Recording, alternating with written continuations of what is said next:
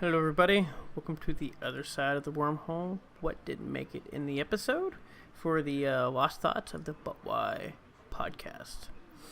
But Why Though podcast. I can't even say the own podcast right.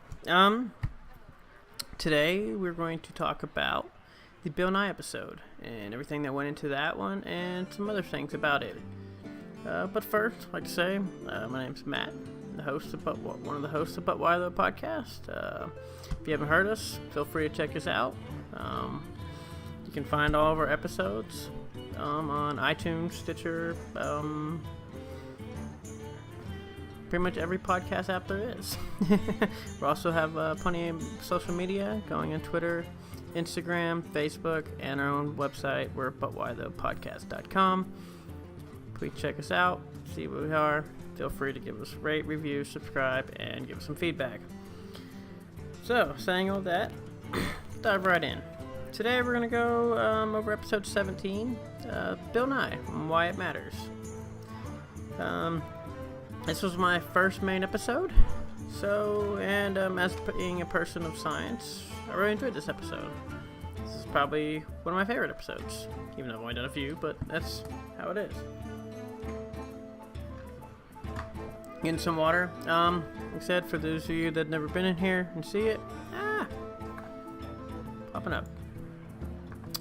Never been here before. This is a Twitch stream, so we may have live interaction, may have notifications that pop up, and whatnot. So, there may be questions asked, and we'll see where the conversation takes. You'll be able to find this if we post on our website, butwhythopodcast.com, and our YouTube channel of But Why Though. I have games up to the left, because sometimes I may play a game during the conversation, just to keep things going. Help me refresh, keep the conversation going. Most of the time I use it for background music and have it up. It's a nice little tuney thing going on. If you'd like to be involved, feel free to hit us up on either our social media or send us an email at butwhythopodcast at gmail.com. Who's the email we're using and doing whatnot. Or just DM us sometime. If you have any questions or anything else, I'll be free to answer them on these type of segments. But now we're going to try this again. This is probably will be the third one we've done of these. Whatnot. I think the first one's literally just why we're doing a segment. Next one's about me, then DreamHack, and now we're going into the first main episode of Bill Nye. Still working rough around the edges. Kind of keep up since I had this idea in this segment, so some of these we've been recording multiple ones at one time. It's just kind of record, stop, and whatnot. Moving forward, after we get to more episodes, I'm gonna try to make this either a weekly thing where I'll do a weekly recap after the episode that week, or just do it like this where I may just do like 2 or 3 in one night. We'll try to keep everybody notified and updated. That way, if you'd like to be involved and hop in or watch it live or listen to it live, you can. That way, if you have live questions and everything else, we can answer them. So, Bill Nye. First episode of Bill Nye. First thing I want to talk about is, obviously being a scientist, I watched a lot of these episodes, and some of them were great, some of them obviously were so-so. Could we mainly refer to as new show that came out, that released on Netflix. I think, this was May 11th when we recorded this. I think that the new show was released on May 5th, I believe it is. We talked about we mentioned a lot of different episodes, at least for that one, and some of these I really want to go into more of the science, at least from what my conversation were to go. Like, he talked about GMOs for a while, and on that episode, he showed, why people, I guess, are kind of clueless at GMOs, and, if you don't even know what GMO stands for, it's genetically modified organisms, and why people are just scared of them. Despite all the science, at least for the most part, saying they're not bad. And I say for the most part because we're still trying to understand some of these things. But what people don't understand is they've probably been eating GMOs for a long time. They've been around forever. And, farmers don't mind them. They help people. And I guess I want to talk about because, some of the ways that they go into more, because what I really want to talk about when we do this, sorry if I'm kind of messing up, like I said, still rough around the edges getting into this, of how I like to do this, is some of the, I guess because I said I was a researcher here, we look at like basically what things are called QTLs. And basically it's a quantitative trait locus. Is where they locate active genes that control certain phenotypes or traits of like plants. But they also do this for lots of things. And they do it for like breeding. We do it for like biofuels because we like to select the certain traits, looking for certain traits in certain plants. In our case, Panicum brigatum, what we look at. But they look to have to grow the best plants, and that's a general aspect of like breeding, or like as in like animal breeding, and there's also like in crop breeding. And so while these are not exactly GMOs, they're literally, I guess they're technically, they don't go in there and manipulate the gene per se, but they almost do.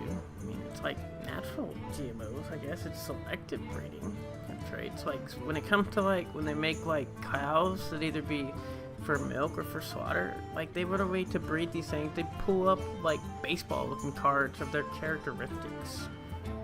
The type thing. Like they'll have like, you know, this one weighed this much, it had produced this much, it was this, had this physical rating, this physique.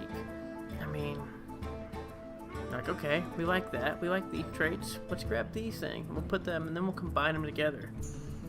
I mean, it's still selection, and it makes it the best possible thing. In the episode, they also talk about, I guess the farmers, how they like using it so they don't have to throw all these chemicals on there. Like, oh, well, if we just put it in the genes of our plants, I don't have to sit there and spray pesticides and crazy chemicals all over plants.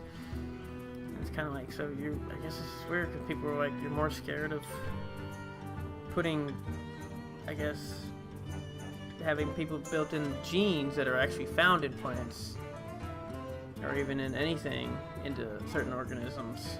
But we're not afraid to, like, we're just gonna throw pesticides everywhere. People are weird on that one. We're moving on to the next one. That one's like I mentioned because we kind of do not necessarily gene manipulation, but like looking for genes, so gene like selection and trying to find certain types of traits and characteristics, and so that's why that one's pretty cool. And the fact that people really think organic means what it means, which needs to probably be changed at some time. The next one they go to is like that I want to talk about, I guess, for a little bit, was vaccines. And they talk about polio and how people just like some of these anti-vaxxers, which I'm sorry, I can't see the side of that. He brings up the seatbelt. I think I bring it up in the episode, the seatbelt argument, or like, you know, to protect people for public safety, people must wear seatbelts. Well, why is it illegal to not wear a seatbelt, but it's not illegal to get a vaccination that could probably kill thousands of people and get hundreds and hundreds of people sick? Oh, we have weird laws. But it was just crazy because they brought up like polio, which people in America, they don't know what the hell polio is. Like, oh, we're great, why do we need vaccine? We don't got anything.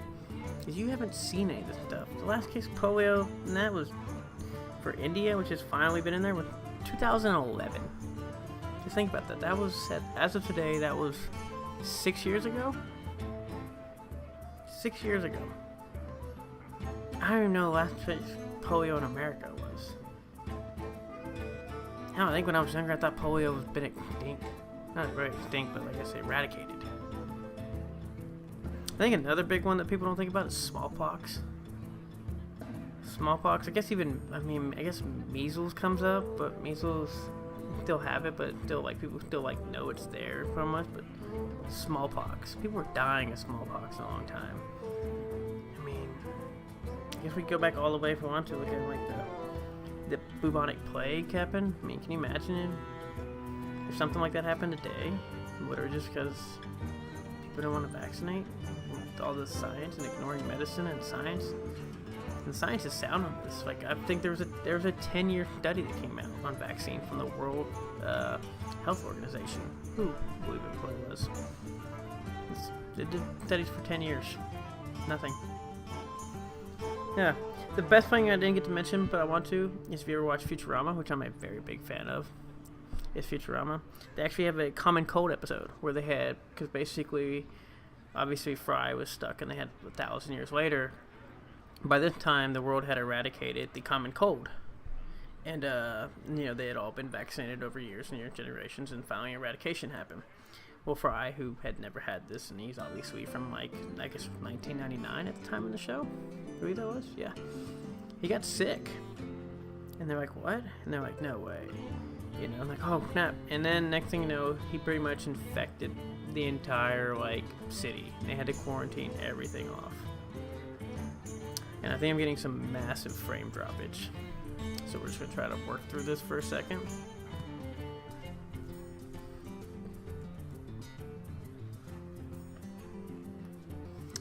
Might have to repeat some of this if it looks bad quality, unfortunately. We're in a massive storm right now, so I'm reporting storm, always the best idea. Internet providers, they don't work well in the storm, whatnot.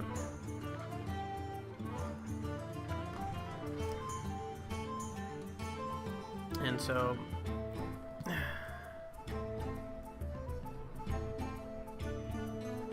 as I'm talking to people right now, just looking at this framework, I'm trying to see how my frames are going right now. Apologize, whatnot.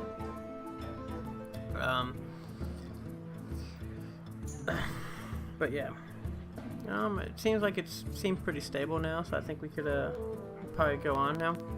Probably just edit that part out of these things. Obviously, if you watch it, sometimes it'll be unedited. Most of them will be not really edited per se, but we'll cut out stuff like this that happens. But Futurama episode, they had the common cold happen, and they didn't realize it ended up affecting 100 people in the show. Everybody got the cold, and all of a sudden they're bam, they're you just basically set back science 500 years because we had eradicated the common cold. And I don't think people realize that. I don't think people realize also, as much as you need these, I guess, another interesting aspect, I guess, is just what leads into, I guess, the crazy thing of these superbugs, because listen before, just bacteria and all this stuff, as much as we're evolving, they're evolving even faster. And I think for a while they quit making drugs to even treat the cold or something like that, because it's especially the viral colds that the people get, because it keeps I think it's, I'm not 100% sure if I'm correct, but it's almost every 8 to 10 years they out evolved the medicine that's out. And it was actually costing more money by the time it went through all the processes that we go and all the checks and everything to release these drugs. The bugs had already evolved past the bugs. And so it's this vicious arms race, which unfortunately we might end up losing. So I watched, a few, I don't know how many years ago, quite a few years ago, I was reading about probably one of the worst things we have going on for our bugs is TB, or tuberculosis. And it's really bad in prisons. And people just spreading, and I mean, I don't think we don't. I mean, people live with tuberculosis, so it's not necessarily. It's a bad thing, and it's horrible, and eventually probably will kill a lot of people. But it's not like it doesn't necessarily show signs. We can kind of control it, at least from my understanding. I'm obviously not a doctor per se, but it's interesting listening to these. Just looking at how bad the infection rate and bacteria in prisons are just, it's almost these steroid chambers, I guess you could say, where they're just going in here and it's awesome, we just mixing everything up and mutating after mutation, and it's just super bad. People are just getting sick all over the place, and unfortunately that could end up being, I guess, if you want to be almost not necessarily conspiracy but or just anything interesting, that could lead to especially on the road, that might end up leading to mass, not necessarily, I guess, extinction, but just mass death population. I know we had the bubonic plague, obviously, the disease, but there's no reason with the way bacteria evolves and how fast we can produce medicine and everything else that can't say it won't happen again. And I think just people, that just falls out of their mind, gets out of sight, out of their mind, and they just don't realize, before, 20, I guess now about 30 to 50 years ago, that it's just oh, everybody's great, nobody gets sick anymore, we don't care, modern medicine, great. No, people still get sick, just there was a reason why people don't get sick anymore. And I think if we end up seeing more and more of these outbreaks, then eventually there's something that's going to end up happening. But that one's definitely one of those that just works me out, because some of these episodes he talks about, now I feel like I'm like turned into Bill Nye and just ranting, because I know that was one of the drawbacks they had, where they just said he was just like a ranting old man, and it was like, kind of like, it was a turn off to a lot of people, because they wanted like Bill Nye, the science guy, back when he was, when we were all kids, which is cool, but we're not all kids anymore. I guess he grew up, and he's not a young man anymore, I guess, either. He's old now. He's pretty old, quite a bit. And so I guess the way things are going, especially with like the facts world, where people just literally will just deny science, and we're supposed to say, oh, well, that's their opinion, that's nice. No, it's not. Like, you can't just deny facts and act like they don't exist. They still exist. And I guess people, at least I know, I guess being in the science community, not everybody, I won't speak for everybody, but I've met quite a few people, and a lot of stuff that I've dealt with, were just getting tired of it. And I think the whole first episode, I kind of leans into it, because this is, June 6th? Massive frame droppage again. I'm gonna have to probably redo this one, it looks like.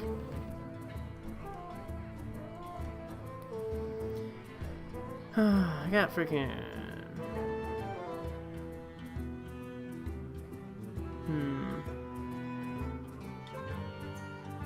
Well, I know you're saying I'm fine, but I'm seeing massive amounts of frame drops. I got 750 or 2.2%. I just don't know how bad that is.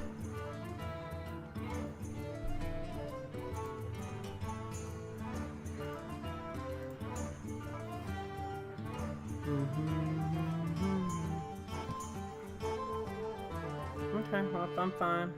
This thing.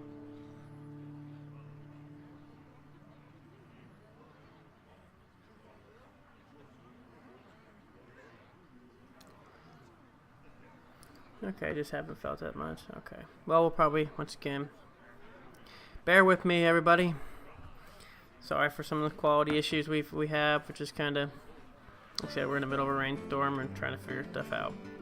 And it's like the first time we're doing this as well. Like I said, I think this is episode 4 or 3 or whatever, segment 3 or whatever this is. But I've been doing this all night, going on like hour 3 or something like that, or 2. But back to where it goes. Like I said, denying facts. Like, I have a problem with this whole sentiment. Like Kyrie Irving of the Cavs came out a few weeks ago, or maybe a month ago, and said, like, I believe the Earth's flat. And I was like, are you stupid? And then it was kind of like, listening to other people, I guess, the reaction. Obviously, it was one of those, it was kind of a hard thing to figure out, like, was he real, being serious, was he not? So, I guess the number one question was, especially when you start talking about stuff, like, you went to Duke. How did you get into Duke again? Oh, yeah. What are they teaching at Duke? But, like, I think some of the players came out, other players, either teammates and just other players, go, oh, well, he's entitled to his opinion. Yeah, he is. But when your opinion's just flat wrong, we shouldn't be saying, no, let him have his opinion. That's just wrong. Like, we know the Earth's not flat. We've seen the Earth. We've gone to the moon. Then we looked at the Earth. We know it's not flat. Nobody's fallen off. The number one joke is cats haven't pushed anything off. But yeah, I don't see why that become acceptable, I guess, seems like these days. I'm not saying it's always true, but it feels that way. And I just don't, and it bothers me. I guess coming from the science community, it bothers me. It's become like people can just deny facts, like, it's my opinion. I'm allowed to do that. Like, no, you're not. You can't just say that. Who else says that? Bill Nye, I think, does a pretty good job of saying that in his show, where he talks about, and he literally goes like, people can say and deny. He talks about in climate change as well in that episode, which I was going to wade into, but he talks about, like, bacteria. I think even one of the panels talks about, like, bacteria and like organic foods or whatever you're doing that you're eating, they don't care. With climate change, doesn't care what your opinion is. These bacteria and viruses, they don't care. But he had the panelists, I think, tongue twist there. He had the panelists for the vaccine ones, and she was like, yeah, people don't care that you... Oh, who else says that the world's flat? Like, are there a lot of people? Yeah, actually, apparently there's a whole entire world's flat community. Apparently. They're all around the globe. It's a joke. They haven't realized the globe's a round thing. Also, apparently a big YouTuber that came out and said, like, I took a liver on an airplane, proved the world's flat. Like, wish you'd have beat yourself with the liver. Like, no. There's a lot of, unfortunately, I'm gonna say it, but quite a few, I guess, people in flat society's one. There's a lot of Christian scientists that believe that the world's flat as well. They teach that somewhat, to some degree, which I haven't figured out. That's like a giant oxymoron. I haven't figured out how people get degrees in that, how people would hire somebody like that, but that's just my opinion.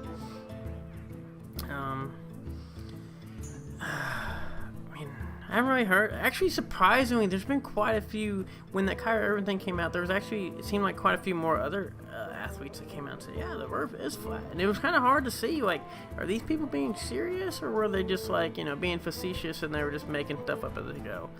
I guess we'll never know, because obviously if they say stuff like that and they're just messing around, like Kyrie Irving one was hard to say, because you say that, obviously people like me and even scientists and everybody else are going to come out and go like, what? Wait a minute. And then, then it turns into a headline and people start turning into everything. So that was the only problem I had with that one, because you weren't 100% sure. Even though listening to, like, the actual, I guess, wasn't really an interview, but him talk, per se, in that segment, it was pretty bad.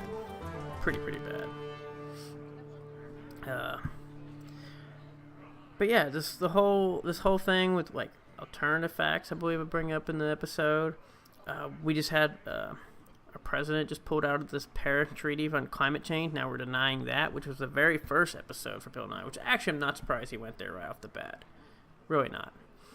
And it's like, we look at this treaty and there's, what are we now, 3 countries that are not involved out of the entire world, and we're supposed to be the superpower. And I guess with the whole climate change thing, they talk about, like, oh, it's not just from my own, collecting from my own, I guess, not necessarily, I guess, like, work, but by collecting my own data and having to collect data on my part of, like, the research lab that I work in, and not only just seeing other things, it's clearly, yes, that is correct, Nicaragua left because it wasn't progressive enough. That's true, and Syria's in a civil war, yeah. Yes, this is true. That was the other two besides the U.S. In the U.S., we don't believe in science. Which is kind of hard to argue, because I actually looked up these numbers for this episode. Because that was another thing I looked up in this episode, which obviously we didn't get to, with U.S. education, how bad it is compared for being a quote-unquote superpower in a first world country, how bad our education is. I think, according to the ratings, at least when I find the PISA from 2015, I think the 2017 stuff, they do this usually every 2 or 3 years, hadn't been released yet, and we were like 38th in math, 24th in science. I think we were even worse in writing. And I think a lot of these, that's just bad. I mean, for being this, like, we're number one, we're the smartest, we're the best country in the world. I don't know, you're 38th in math. Obviously, there's a reason you keep saying that, because you don't know math. And so, science, there's so many, I guess. Also, I live in Texas, and I've been to a lot of other working, and a lot of the, I guess, having to travel from work in a lot of the other southern states, just listening to people talk, like the lack of education, and just listening to people is extraordinary, I guess. It's not used to it. Especially considering I've been with a lot of, I guess, say, like, foreign students, and, like, foreign exchange students or foreign postdocs or scientists I've interviewed or just worked with some of these people, and like they just look at us and like laugh sometimes. They're confusing to them. Yeah. But climate change thing, like I was talking about, just my data alone. When I first started out here, because I take a lot of plant data, we look at plants and how they like come up and they grow every year, because these are perennial plants, not annuals. Perennial meaning they come back each season, means they grow up, they flower, they seed, they fall back down to the ground, or not really, they don't necessarily fall back down, but they kind of, senesce a little bit, but they don't die. Annuals are more like your wildflower type plants, where they basically grow up and then they die, and then when they grow, new plants grow up. These don't necessarily die. Perennials don't die, they just kind of like go dormant for the winter, depending on the type of plant they are. Now they have obviously your Christmas tree like plants, which are called evergreens, which are usually your pines that are green all year round. Most plants are your other like big trees, your oaks and stuff that like lose all their leaves and whatnot. Obviously the plant's not dead, there's nothing there, so they go like dormant per se. But looking at this data just from like the 3 years or so that I've looked at it, or even more, because obviously there's some data collected before I was, but each year so far, it just seems like these plants keep growing up earlier and earlier and earlier. I believe like my first year started like in mid-March or so, collecting what we call green up data, where stuff grows up. And this year started in January. Yeah, we had plants in January that are already growing up, greening, huge. By Valentine's Day, if not, plants are like 2 feet tall. That's just crazy. Like, I mean, obviously that's not necessarily causation means correlation means causation, obviously, but it's just something that I've noticed that definitely is occurring. There's also been plenty of other studies that have actually like just studies, not just people collecting data on years on end, but like studies where they're looking at like animals and like fish, because there's different types of animals like lizards and reptiles per se, depending on the temperature. Depends on how they're, guess what sex they come out to be, whether they're male or female and whatnot. And so they've actually had population problems. They've actually migrated either north or south along elevations because of the temperature, or even just north or east and west along latitudes, just so they get different temperature to have the right sex be born, so their populations don't become, I guess, unbalanced. Fish have a lot of time where they migrate, where they now like breed like 3 degrees northern in the sea, like northern upwards, versus where they used to be located at, just because the ocean waters are warmer now. And there's all this stuff like that you look at, and you're like, what, you're telling me this, and not the fact that like it's hot outside all the time. I live in Texas. We don't have winter. We don't have snow for the most part anymore. I mean, we still do it every now and then, but I know growing up as a kid being here, definitely done a lot more. Now, I mean, that's obviously more opinionated than necessary facts, but there's plenty of studies. Because as much as you can look at weather data and climate change data, and people want to say, but just go look at the animals, or even the plants, what they're doing. Because when they're moving and they're having problems, yeah, they don't have a currency, they don't have money, they don't care, they're just trying to survive and reproduce. If they're having to move and they're doing different trends, that usually means life or death for them.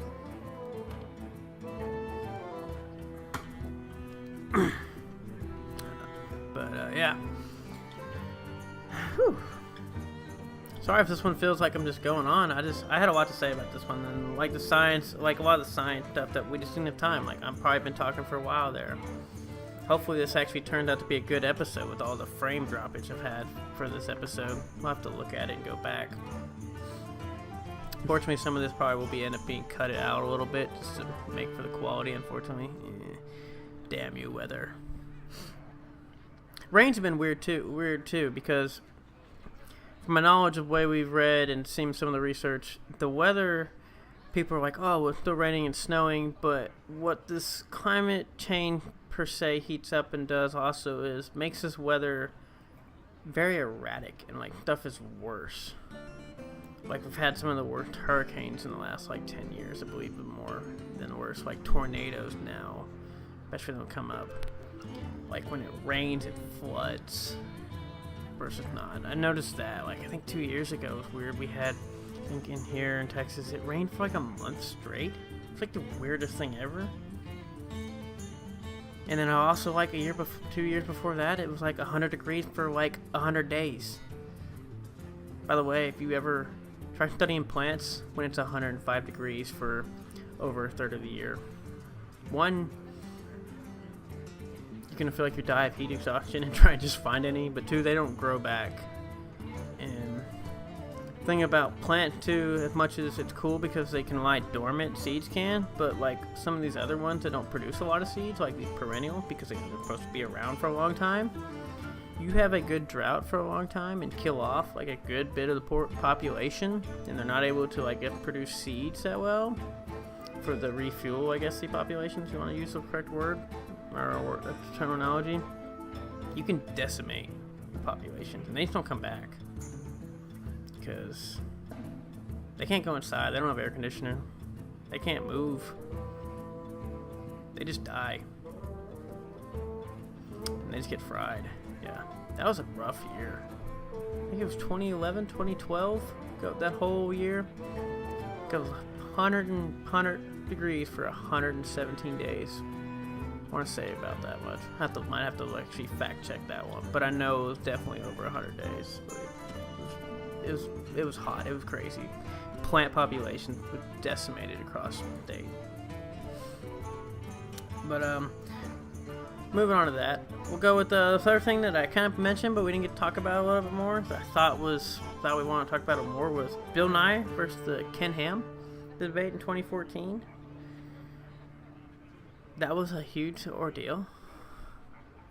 Got a lot of publicity. I know we didn't really touch on it, and I can kind of understand why we didn't want to touch on it. And I kind of see why there's sometimes I don't even like talking about it a lot of times. But I think in some ways it kind of is important. It matters because it's like hard for me to say because I know the big thing was a lot of people felt he shouldn't even have done this. Bill and I shouldn't even have like stooped to that and given credibility. And a lot of times I feel like that. And there are times where you're like Bill Nye, how he feels like in the show, where you're just angry somewhat. And you're like, you don't feel like angry and you just want to like, but you don't make any sense. And you just want to go out there and just like do this debate to be like, I'm going to prove him wrong. And unfortunately, I mean, it was a good thing. And a lot of people said he probably won a debate. But overall, I think everybody lost. Because I just don't think he should have done it. I'm not a big campaign fan.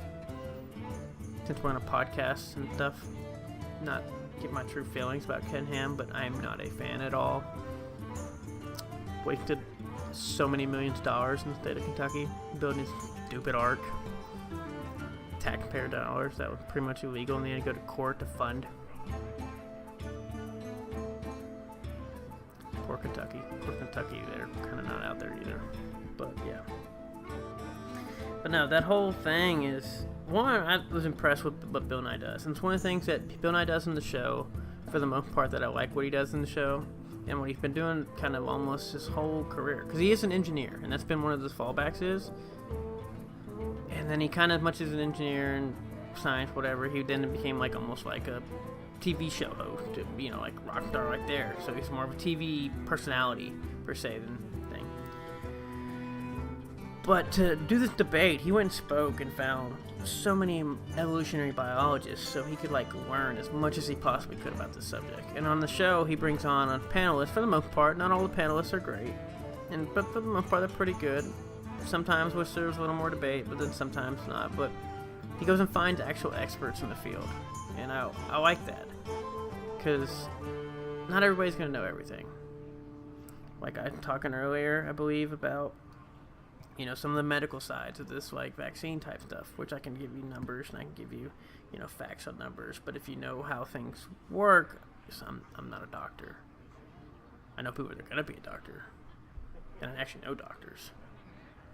But I'm unfortunately not a doctor. But yeah, this is the fact that he goes and finds people. And the knowledge he brought, I thought was pretty good. But I don't, overall, I just wish he would have done it somewhat, just because they don't deserve a seat at the table. I'm sorry. This episode, when it comes to talking about things, it may be construing mean, but fortunately, that's just how I feel these days with the way things are going. If you're just gonna deny facts and everything else, and at some point, you just have to stand up and be like, we're tired of this. And I think it's unfortunately the drawback that Bill Nye got was he sometimes turned into old Randy Man. Which is funny because I've talked to other people about this show, about that, because like that much drawback, and they fall into two big camps. Either people really love it, or people just don't. It's a turn off to people, and I think it just depends on what you come up looking for. I wish the show would have went into science a little more. The overall, we talked about the sexuality, I think, episode. I think the diet episode as well, and whatnot. It's just, I wish it would have went into more of the biology and genetics and stuff of certain episodes. But I got why he did what he did with that one.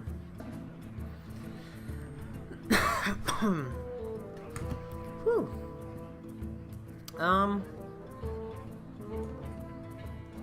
Yeah. Been going here for a while. I know our host. I really liked that episode. I believe Kate really liked that episode as well. I thought it was a pretty good episode. We weren't sure how it was going to do. It turned out pretty well. Bill Nye is Bill Nye. What I think going on? Science is. I think Adrian had mentioned he wasn't the biggest fan of it, which is fine. But yeah, but I think that's about all I have for what we missed so far in the Bill Nye episode. See if there's any more questions from anybody here, since I am like live here. Check some stuff here.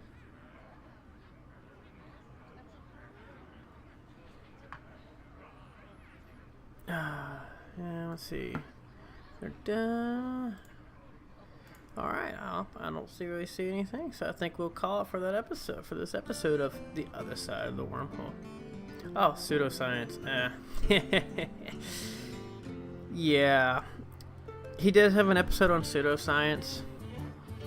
I really didn't want to get into pseudoscience on, I guess, just for what we were talking about. Because we couldn't talk about every single episode. We want to talk about Bill Nye and spotlight Bill Nye and the importance of that. And he obviously had another show and he did some other things.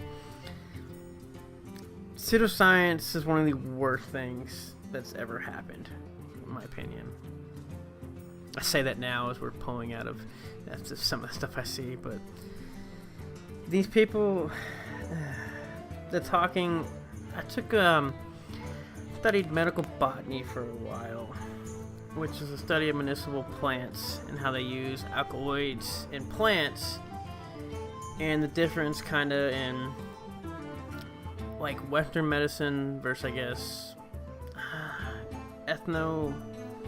basically, there's actually a field of study called ethnobotany, where they study like ethnic botany, like almost like, it's not really a pseudoscience, but like the study of plants, or it's like the study of plants in different ethnic cultures, especially like people in the Amazon and like I guess foreign. I'm trying to think what the correct term would be for basically like uncultural, not really culturalized, but I don't even want to say civilized, because they're civilized in their own way. That's one of the big main things that was weird, like in here. People, especially when going into history for a while, people had a lot of debates about like people lying, taking over history. Didn't like that. They always referred to, I guess, like Native Americans and other like the Incas and everything. Indigenous, thank you, Twitchfollower. Indigenous people, yes. But that they always referred to them as savages and like other types of things. Like they had pyramids, they had huge, complex monuments in these cities made out of these stone that was perfectly carved, that had science. They used astronomy and they had mathematics, and like these people are savages because they don't have horses or stuff like that. No, these people were smart and they did a lot of things. They just weren't like you. But anyway, back to the whole point of these indigenous people and whatnot. But what they do is what's cool is they have this they mix a lot of plants together, and it's been one of the things. I've obviously been quite a few years, and I haven't really studied up on this, and so I'm not so far up to date. But it's cool because they would take these random plants, not necessarily random, but like they knew what they were, and they would just like cook them sometimes, or they would do random things to it. Like I watched this person, seen people like they literally throw like 3 leaves of this, some skin bark of this, some shavings of this in there. We'll cook it in some water and stir it, and then maybe we'll throw in a few other things, and they're like, we can cure this, and it really worked. And basically what they did is they combine these alkaloids that were found in plants to make medicine, because a lot of our medicine basically comes with, go back to GMOs, where if you take medicine, you're pretty much taking synthetic GMO alkaloids that have been made in a freaking lab that are plant alkaloid, or derivatives of plant alkaloids. Think of that when you take Tylenol now. Of course, they won't say that when they need to be healthy. But anyways, they make this, and the hardest part, they can't do it because they couldn't. There was craziness, and they tried to learn all this stuff because obviously this medicine was working. They couldn't understand why, because as much as we make everything in the lab, we're very limited when it comes to, like, I guess, deriving chemicals and the combination of chemicals and alkaloids. Like I said, it may have been updated since the last time I've read about some of these things, but it's like when you have A, B, C. Like, we could take, basically in the lab, you could take chemical A, chemical B, chemical C, and you can kind of put them together and see what happens. That's how it works and whatnot. But then when they want to take A, B plus like a partial of C to mix and make like a CA or something like that in the lab, but you had to have the right percentage and the right chemicals, we couldn't necessarily do that. Now, that's a very simplistic way of saying this thing, and I may actually be wrong in the technical terminology, but for a simplistic way, that was basically what happened, where we could take simple compounds, we could put them in like the simple alkaloids and do it. But then when we started mixing these things together, kind of how they mixed all the plants together, where obviously there were some parts of the stuff that didn't matter, but if they could get the right combination, they just happened to know that these 5 plants happened to work. But the problem was, if you took those plants and basically broke them down into alkaloids and other synthetic chemicals, but then if you try to mix that perfect combination, it didn't work out so well. But that was crazy. But anyways, back to the pseudoscience. I kind of got sidetracked on that a little bit. But so that stuff works, and there's pretty much some sort of science behind that, and they see why it can work. Because even if you don't know the combination or know anything, you can at least pull up and be like, we see these chemicals used in this drug and whatnot. You said work. So then it's led to, I don't know if it's necessarily led, but it come to this pseudoscience of, I'm just going to talk about pseudoscience drugs. To where these people, like, if you take like fish oil type stuff and like all these like St. John's worts and random stuff you find in the organic stuff, they probably have some chemicals that do work, but for the most part, there's a reason they say they're not FDA approved. And those ones are a little better because they at least probably have some beneficial stuff to it. But then there's time for people like boil, like I've seen where they boil like a cup of like a giant pot of water, and they're like, all right, now we need to add 3 drops of like spider something, or spider wort in there, or spider's blood, some like witchcraft thing. Like, now we're gonna mix this. Concentrations 0.00001 is gonna cure everything for you. No, get out of here. But yeah, there's a lot of things. Funny thing about that is Utah loves that shit. They eat it up. Utah people, they love all those like type of weird type of pseudo drugs. Don't buy them. Science is not behind them. People just buy it. Hippies. That's probably a broad term. Yeah, whatever. But the other pseudosciences they got is I think in the show they did this guy yelled at you and did sound. He said he could like cure you by just screaming at you and played random music. You went in there, you just listened to heavy metal. All of a sudden your broken arm's gonna be fixed or something. Now, what they did talk about, and what's weird is like, they talk about like ultrasounds, to like find different that people were used in hospitals, medical stuff.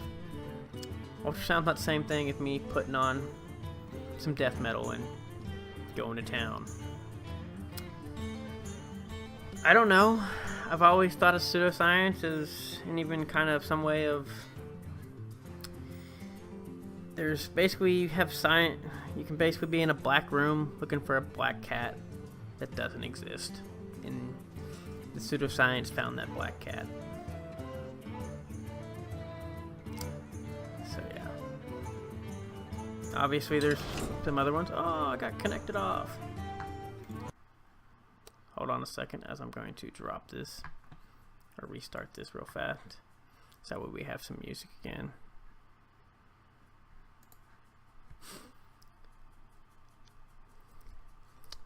But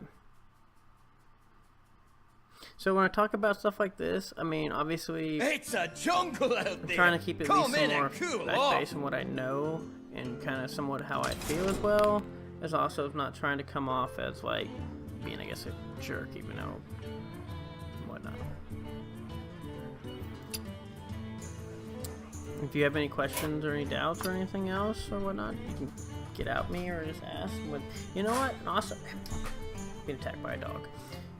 Good thing about some of this stuff is kind of like the way Bill Nye does. If I don't know it, then I'm gonna go find somebody that does know it. I'm gonna find something that does know it. So yeah, but that's about all I had to say about pseudoscience for now. Please don't buy any pseudoscience stuff. Please don't.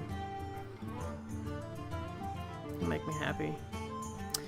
But anything else? Looking at any other questions we got going on here? Except for those of you just now listening to this as it record, like I said, this will be a live stream on Twitch, so there are some interactions and conversation going on.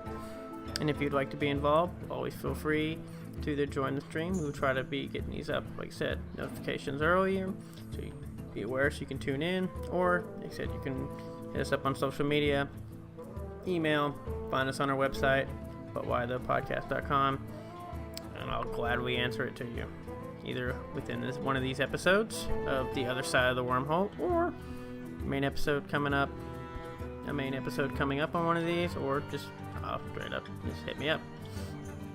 Alright, so we'll go ahead and wrap up Bill Nye. This is episode 17. I hope you take it out. I was your host for The Other Side of the Wormhole. Basically the lost thoughts of the But Why the podcast. Basically what didn't make it in the podcast. You can find me at DatM on Twitter, DatM18 on Twitter, DATT18. And I think we'll call that a wrap for that episode.